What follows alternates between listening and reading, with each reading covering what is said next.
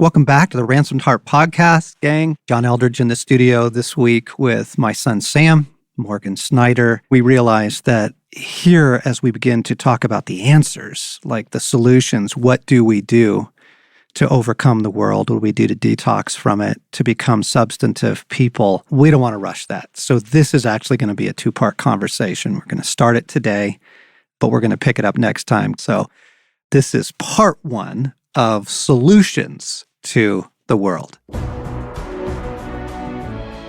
I've actually had this desire to do a podcast series on the world for about a year and just couldn't ever get to it. I could never fit it into my schedule, and then I could never get it into everyone else's schedule. And, then one thing leads to another, and we're off to a boot camp, or suddenly it's something else. And then we finally did get to it this spring.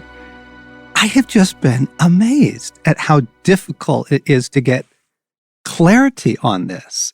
It's just been really hard to coordinate everyone's schedule, trying to get this going. And then once we get in here, feeling like, I know we have something to say, and I don't remember what it was. Yeah, John, for me, going through this series, it's been fascinating. And one of the kind of convictions is the world is much with us in this sense of, man, in some ways I feel like we've taken all this ground and we're living in the kingdom. Right. And in other ways, just see the vulnerability and confess like, boy, the world is so much in us. And when I say in us, I mean in our culture, in our atmosphere, in our community, in our lifestyle. It. Right. Yeah. And it's just, and then going back to John 14:30, when Jesus says that the prince of the world is coming and he has no hold on me. It's this idea of the enemy could not find a place in Jesus. In other words, the world was simply not in him. Right. So I have great hope, but it has been fought for.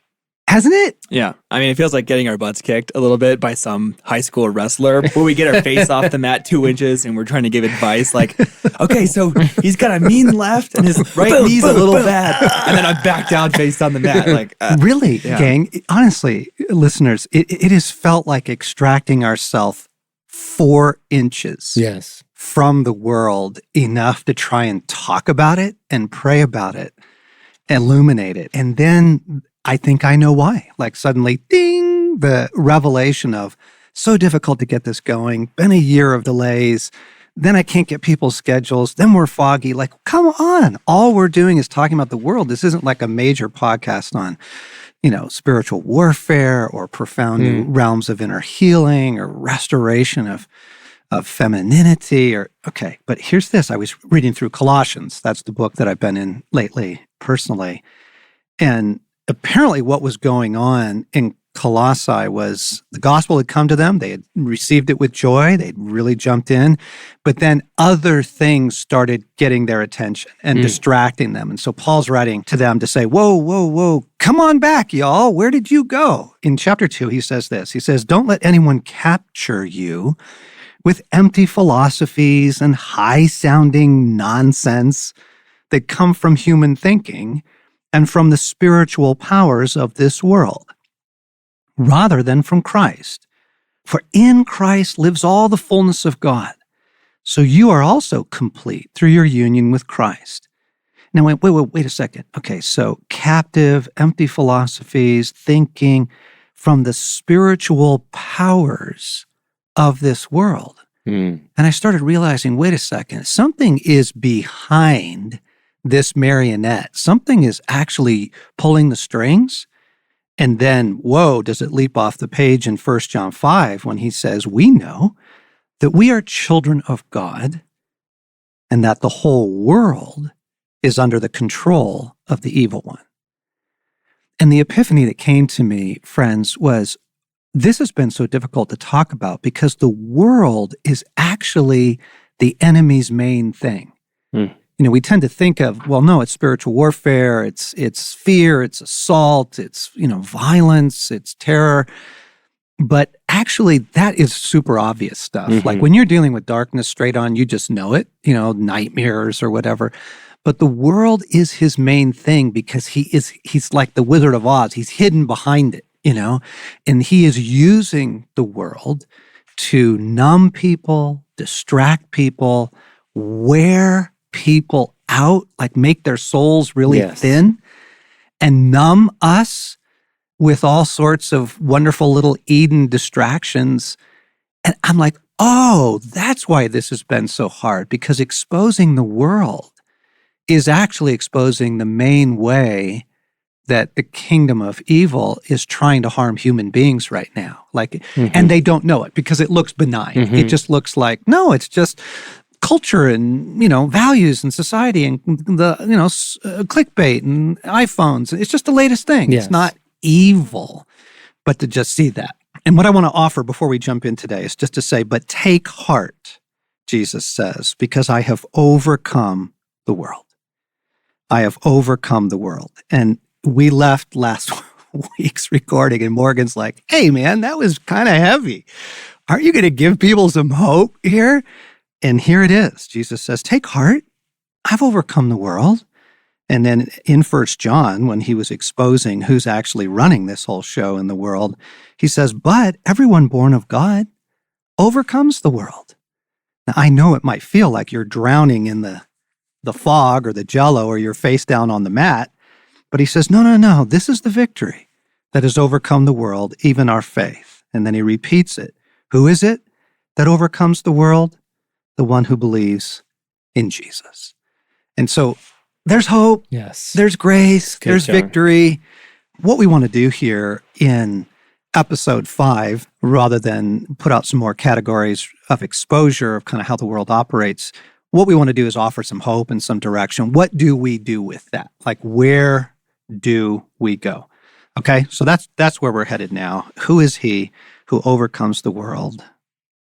Us, those who love Jesus. Like, it's doable. This is something that is possible. So this time, since we're turning a corner, I'm going to put 2 things out there and see if we can find the common thread of these things, what these things say to us. Chopping garlic and the Desert Fathers. And the answer is not bad breath. That's not what unites the two of them. Like, what? Keeping bats away? Yeah, exactly. What? Keeping others away? What do those things, if you just think about chopping garlic, what that's like, and you think about the Desert Fathers and what they were like and what they did, what strikes you? What immediately just free association, what jumps off the page? Free association, chopped garlic is quite a bit of work for the volume of product when you're done, and it's very potent. And so it's a lot of work, and you think, oh man, that Costco has like this uber jar, 2 gallons of garlic taken care of. It's why not all get there, that? Right? Just dip your you don't spoon have to do all in that and work. Off you go. But it's potent, and I don't know, the Desert Fathers, I think, like, man, they lived this altogether other life, but here we are talking about them thousands of years later, in some cases, hundreds others, and potency comes to mind. That's good. Potency's good. The Desert Fathers, for me, are about as safe as you can get for Christian gurus, right? Like, we don't have guys with Fu Manchus blowing in the wind on mountaintops, but we have like the Desert Fathers living in caves, rejecting kind of what was expected of them. And I have no idea how you want to connect that to chopping garlic, because I just think of sticky hands. I love garlic, but I think, gang, where we're headed, and we've been hinting at it through different podcasts here. In an earlier episode, I think it was episode 3, I quoted from C.S. Lewis's book, The Great Divorce, and how the people who are not accustomed to heaven can barely stand it because it's so substantive that literally as they walked, they didn't even disturb the dewdrops on the grass. They were so ephemeral. So their substance was so light, they were lightweights. And then the people who live in the kingdom, Lewis calls them the solid people. And he puts himself in the story as one of the lightweights, and he describes trying to lift a leaf, and he can barely budge it off the ground because heaven, the kingdom, the substance of it. And I would say that the Desert Fathers chose a life of pursuing substance. More on them in a minute. I would say that chopped garlic is a hassle. it's a hassle, especially getting the little paper stuff off, right? That first process of, Confession, Susie hates doing it, so she has me chop all of our garlic. There you go. Yeah. See? You're the garlic chopper. I'm the garlic chopper. It's a hassle. And you guys guys know know that that about garlic you. chopper from now on. Good. Most to of know you. us would prefer to just simply buy it chopped, and get on with things, Morgan, as you were saying. But it is potent, and to engage it is a kind of choice to engage what is real, right? To enter back into process and engagement versus quick fixes and that sort of thing. So here's what we're going to do, listeners. We're just going to go back through some of the things we've said in episodes 1 through 4. Hey, the world's marked by convenience. How would we respond to that? Hey, the world is assaulting our attention constantly. What might we do about that? So that's what we're going to do today. We're going to walk through that. But before we get there, I want to point out something that I think might be very, very, very helpful and kind of startling. And what I want to say is the other thing that characterized the Desert Fathers is that they saw salvation as a process. I want to put that out there. Salvation is actually a process. Now, those of us raised in the evangelical tradition, immediately, all the alarms go off and go, no, it's, we are saved by the grace of Christ and Him alone. And that's true. That's absolutely true. What the Reformation tried to bring back front and center was and is very valuable. It is by grace alone, not by our works, not by our efforts. It is through the unmerited atonement of Jesus Christ that we are ransomed.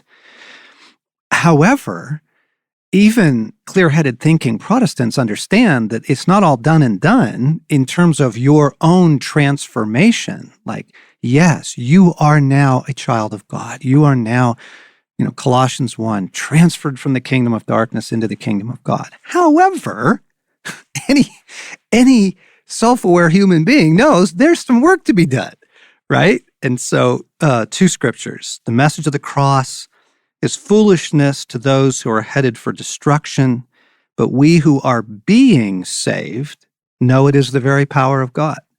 And you go, whoa, wait a second, being saved? Wait, I thought we just were saved. No, you are being saved. You are undergoing a process of the restoration of your entire being. And then 1 Corinthians 1, Hebrews 10, again, talking about the cross, it says, for by that one offering, He forever made perfect those who are being made holy. So it's both. It's both. Yep, you stand righteous before God right now. And we are being made holy. We are being saved. And that process, I was really struck by that when I was reading the French, they call her a mystic because they just didn't understand her intimacy with Christ, but Madame Guyot, Jean Guyot, and the opening sentence of her book, Union with God, says, your way to God begins on the day of your conversion. And I'm like, wait, what? Like, is that heresy? For conversion marks your soul's initial return to God. From that moment, you begin to live and have your being by the means of His grace. But the perspective is, yes, you're in, you're safe, you're good, can't lose it, you're okay. However, it is a beginning. It is a beginning. It is a step towards. And so what we're talking now, as we go through things on the world, is recognizing we're all kind of under renovation and under process. Salvation is a process. And detoxing ourselves, extracting ourselves, knowing how to handle this thing called the world is actually a really, really significant part of that. I think I'm a couple doorknobs away from being done over here. If I'm under renovation, I'm home stretch, right? Stacy told a hysterical story last night of being with a dear friend, and they were off running some errands together, and they were just chatting about their lives, and they were. And she said something to the friend of, but sometimes, you understand you can be a little snarky. And there was absolute silence in the car. And then Stacy goes, she kind of slowly looks over at her friend and says, no one's ever told you that? Okay, this gal is 60 something. And it's like, this is a revelation to you? You're not a couple doorknobs away, right? All right, so here we go. Episode one. What we began with was saying that the world that we have created, particularly in the West, the collective momentum of humanity trying to make life work without God, is a world committed to convenience. Committed to convenience. And we held up, Starbucks and self-driving cars as the example there. It's like, really? You can't even drive your own car, let alone make your own coffee? It is a world, because it's committed to convenience, it's a world avoiding process. So what would we say? Let's just start right there and go, okay, if that's what we've got all around us, if that's what we're we're swimming in that every single day, what is a way out? What would you do with that?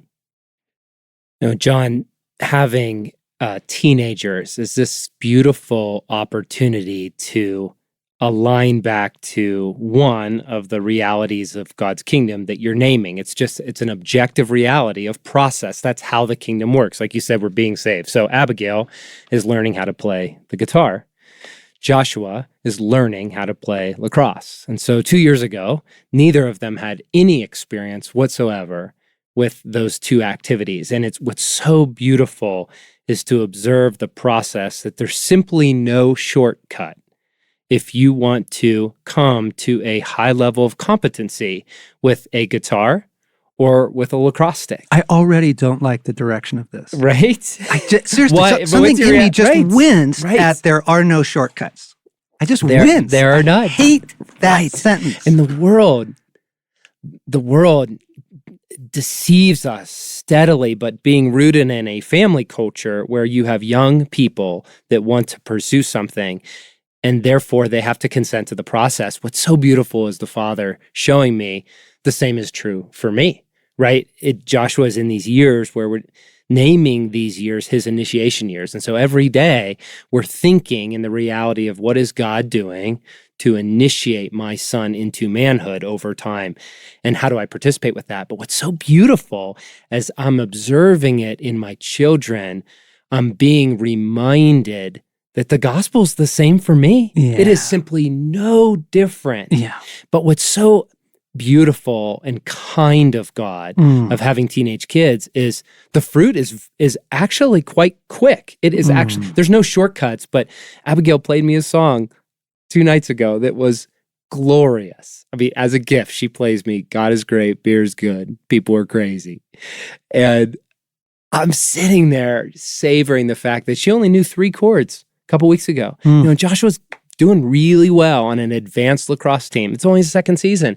And it gives me hope that there can be great fruit, like you said with the garlic, but it's requiring consenting to a process. And so I think as I respond to your question, my observation is there's been a deepening consent in my own heart to say, I too am being initiated. And so the heartbeat of my story must be processed over time. Whether you're a man or a woman, I am open to process. Exactly. I'm shifting away from convenience, and I'm actually embracing process where I can. Right. Where that's coming. This isn't like chuck everything out the window, gang, and kindness. We are all now farmers building our own chairs. Yeah, right. Exactly. But it's interpreting it as process as well, right? Yeah, that's good. Yeah. So for me, I have to admit, I am so deeply in the assumption that things should happen in a certain way as it affects me, that when things don't go that way, this inconvenience, I'm really quick to try and get things back on that track. So Susie and I needed to buy a second car because we've hit that stage of life where we've got a kid and 2 jobs, and juggling one car didn't work anymore. The week I bought the car, the radiator broke. Just one small plastic piece that hooked up to a hose, and that snapped, so it was worthless. And my immediate reaction was to call a tow truck and have it go be dealt with by somebody else, rather than to stop and have that be a moment where inconvenience actually was an invitation into growth. Sam.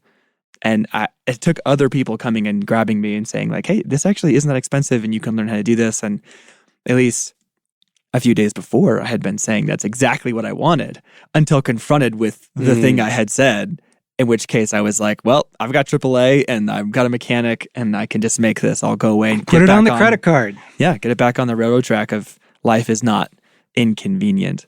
When I was young, there was this episode of Carmen Sandiego on television. They made an animated series for a little while. I don't remember anything other than this one episode where like Carmen has a daughter who develops this device where she can steal talents, and she starts stealing the ability to play the violin and to be like a great skier, to have these friends like her because it's, geared towards kids.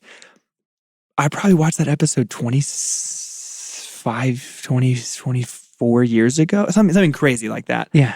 And I still remember it vividly, of like, in contrast to Abigail learning the guitar and it taking time. Yes. This other idea of like, I could just, I don't want the 10,000 hours. Yeah. Blaine's friend has this line where he says, I would do anything other than invest the time and energy to have that skill.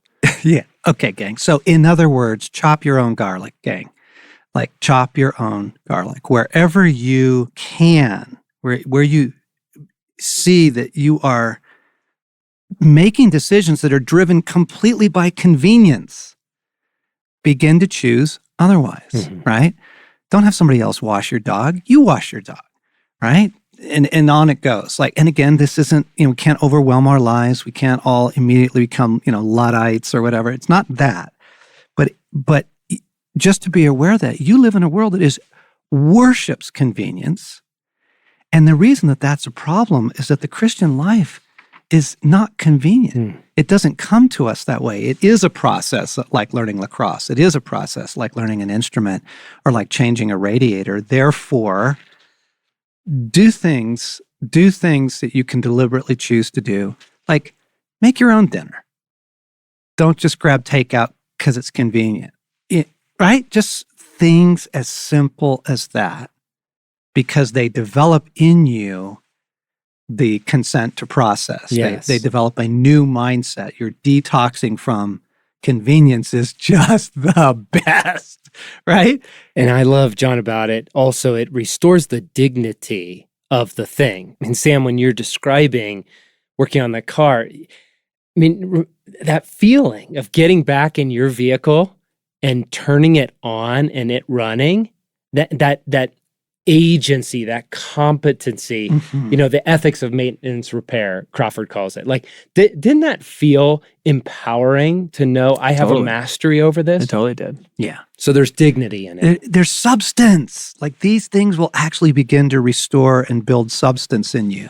Now, in episode 1, we also said that the world is characterized by the short-term view of everything, but particularly of just life. Like there is no other.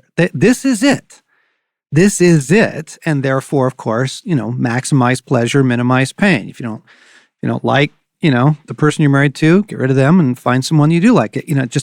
We do everything we possibly can because this is it. This is my only shot at happiness. So as we just think about responding to that for just a moment, just little pieces of counsel here. So if you live in a world that's fixated on the present, what would you begin to do on a practical level? And I'll give one because it happened to me this morning. I like to have something I'm looking forward to. I need that out there in front of me. So whether it's a trip or something we're going to do to renovate the house or whatever, I know that a day of fishing's coming, or I like to have something out, and I was already beginning to make a list of things to fix my hopes on this summer. Camping, fishing, the Tetons, yada yada, building a hermitage. And Jesus just kind of caught me for a moment and just said, hey, just for a moment, just look forward to me. Just look forward to me. Look forward to our friendship. Look forward to what I'm doing. Just, yoo-hoo, remember, I'm here too. And it was so simple. It wasn't accusing. It wasn't shame-filled at all. I was just aware of, oh my gosh, I am constantly looking for some place to fix my hopes. and just choosing a little bit of a bigger view, right? Choosing it like a God-centered view. So you live in a world that's fixated on the present. It's good, John. What do you do? How do you react? What's helpful? I was admitting to myself the other day that when I was younger, I kind of assumed that I would hit these points where I would all of a sudden have maturity as I got older. Video games kind of instilled this in me. You hit a new level and you get like all these new level points. Like you're stronger now. You can fight the harder guys. So I'm like, yeah, when I'm 20, all of a sudden I'll be more patient and you level more up. wise. Yes. Seriously though, like if only. And it was striking me. Is connected in my mind to your comments about salvation and intimacy with God, because it's this, if I'm not cultivating those things like patience and joy, which I think we'll expound on a little bit later, those capacities aren't going to just appear out of nowhere. Like these are things that I have to practice. As much as I need to practice my knife skills chopping garlic, I need to practice becoming more patient, because when I need it, I'm going to like either have those muscles or not. Yeah. It's not like I'm suddenly going to become someone that I haven't been working towards at all. That's really good. Short-term view. John, for me, the mantra kind of came into my life quite a while ago in the spirit of this subject of live in the day and measure in the decade. Live in the day and measure in the decade, because the temptation is the opposite, to actually measure by the day, always short term. What is the outcome? How are we doing? How are we doing? Right. And then we live in the decade in kind of some ethereal future. Yeah. Someday it'll be better. And we never submit to the training. And like you said, Sam, I appreciate the word cultivating. And so the idea of living in this day, but measuring in the decade. And it just feels like a truer timeline. And I find myself honestly in this category drawn to older things, older people, older trees. There's something just by way of orientation. I have found as a younger man, I had to start spending time with elders. And it began to reorient me to spend time to start kind of break that cycle of here, now, short-term youth. And then just even being around old trees, there's something healing. Every fall, we know we return to the forest for archery hunting. And without exception, there are times where I find myself just laying on my back in a forest of ancient trees. And it's aligning my soul with reality. Yes, right. That thing was there before you were born. Exactly. By 100 years. Exactly. Right? So gang, here's a really simple thing. You just ask yourself, how am I chasing Eden now? How am I chasing Eden now? And then you let it go as a choice. Not forever, but you just make those simple choices of, I am utterly fixated right now on, the car, the trip, the promotion, the whatever, just going, you know what? I just going to free my heart from that. I'm going to let that go. Hebrews 11 is the long-term view. And it says, by faith, Moses, when he had grown up, refused to be known as the son of Pharaoh's daughter. He actually chose to be mistreated along with the people of God rather than to enjoy the pleasures of Egypt for a short time. That's interesting that they put in for a short time. You want to be fixated on the short or the long, right? And there are choices. And you just take, for example, the discipline of fasting. Why was that considered important for centuries? Well, because it's just a choice to say, I adore fill in the blank. My show. I adore dark chocolate. I adore my venti. Macchiato. I adore these things. I'm going to let that go for a week. I'm choosing to abstain. Why? Not for punishment, but simply to pull my Eden heart out of searching for Eden in this world, right? Because that's what the world's doing. The world's constantly looking for Eden now. And my gosh, you just look at Patagonia's catalog, Prana's catalog, Williams-Sonoma's catalog, Pottery Barn's catalog. I mean, it's Eden now. You can find it now. So you just go, okay, I'm going to let that go. All right. Episode 2, we focused on the exaltation of the self as the epicenter of the world. And the two things we showed that we felt demonstrated that was that post a review, leave a comment phenomenon that everybody gets to just rip whatever they want to rip online. But then also the tattoo and this need for identity, this need for permanence, this need for a sense of self.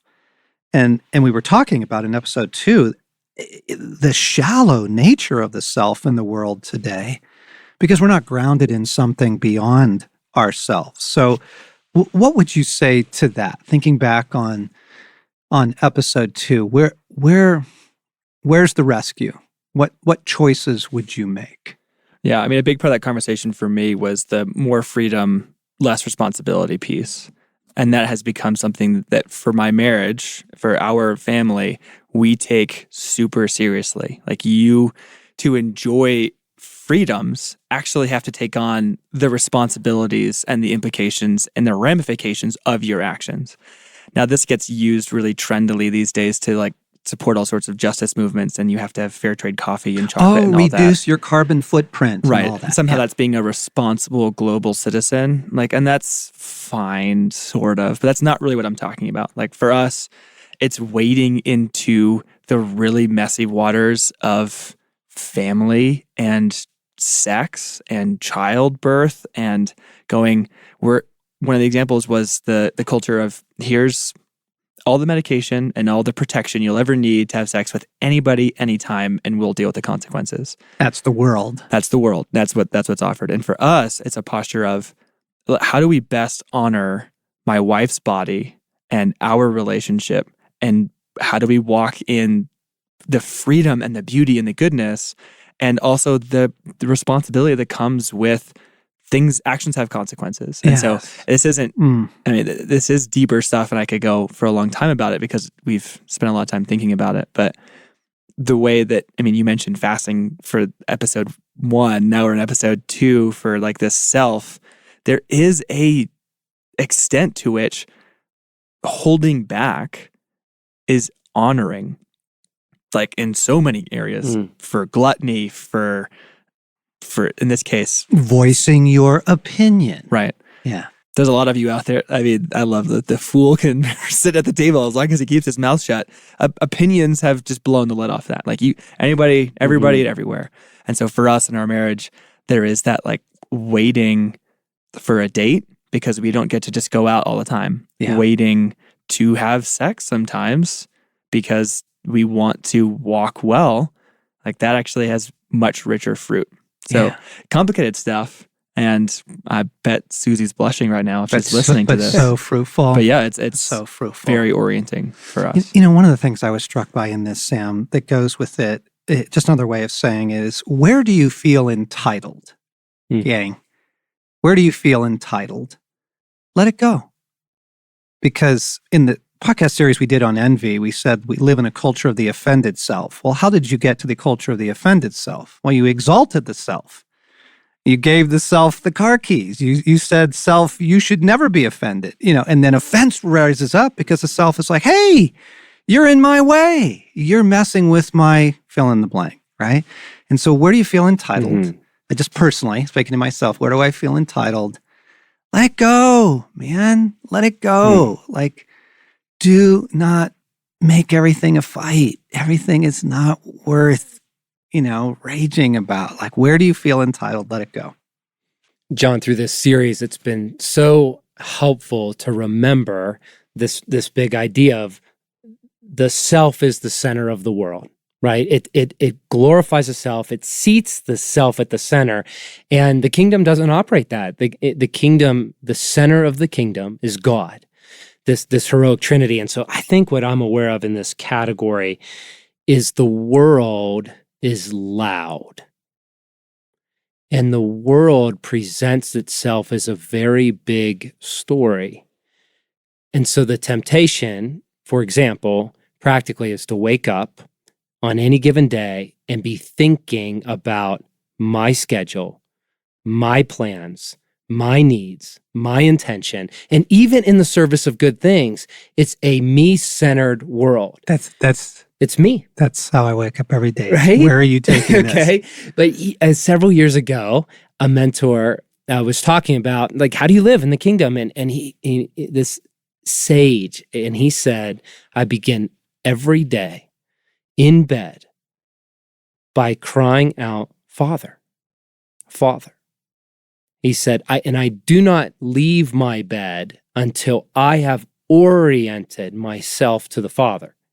And the spirit of it is every day has its own unique challenges. And there are some things in spiritual practices we can't do on some days, but that is something that is available to us on every single day. And so what I've found, because of the loudness of the world and the me-centered pull, is to pause and simply say, Father, you are the center, you are reality. And then to sit into who he is, what he's like. Well, I know you are abundant, you are caring, you are providing, you are intimate. And now as I get out of this bed, everything else submits to the reality that I have a safe, valued place in your story. And it just begins to shift my orientation. Oh gosh, it's huge, Morgan. One of the things that did characterize the Desert Fathers is that they were looking for a sense of self that was truly grounded in God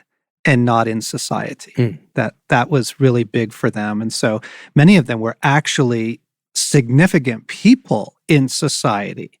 You know, they didn't start out as the homeless and then they just went and exalted homelessness. Like they started out as like heirs of fortunes and, you know, sons and daughters of really significant families in their community.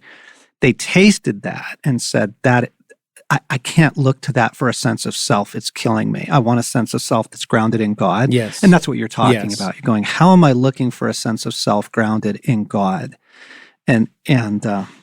So I would just say, you know, where are you looking for a sense of self, gang? It's just a good thing to kind of ask once in a while. Like, is it how people appreciate you? I remember, we're back to fasting here, but I remember years ago, I had to fast from public speaking because my gifting's there, you know, and God uses me there, but I had really, really turned it into my identity. That is where I'm drawing my sense of self. And I saw it and I just said, I got to take 6 months off of that. It's really harming me. I don't like what it's not giving me substance. It's eroding me because then everything is, did you like it? Do you like me? How'd that one go? I remember it was said years ago, David Letterman confessed that every morning he wakes afraid that the next show is not going to go well because the whole thing is based on, do people like me? So where are you looking for a sense of self? So gang, I'm just aware of we're at 40 minutes right now, and it feels like we're actually just beginning to unpack this. So don't want to blast through it. Actually want to pause and just pray for a moment and say, Jesus, where do I need to let go of the world? Where do I need to get my soul back? Lord, I know you don't overwhelm. You don't overwhelm, and you really are gracious with the process. So just right now, Jesus, what are you saying to me?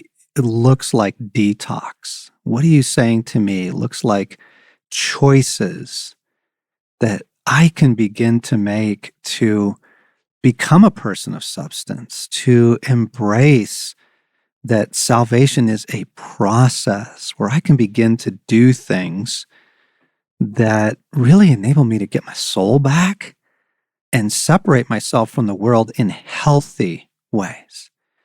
Show me what you're saying about this right now. Where am I looking for a sense of self? And where do I feel entitled? And where am I chasing, Jesus, convenience over, frankly, responsibility? You've been listening to the Ransomed Heart podcast. This is our concluding effort in a series on the world, and we're going to pick this up, part 2 of the conclusion next time, just trying to offer some very helpful, concrete ways to save our souls in the sense of rescued from a very toxic thing called the world. So it was John and Sam Eldridge this week with Morgan Snyder, and we're actually just going to keep the mics rolling and air the second half of this next week.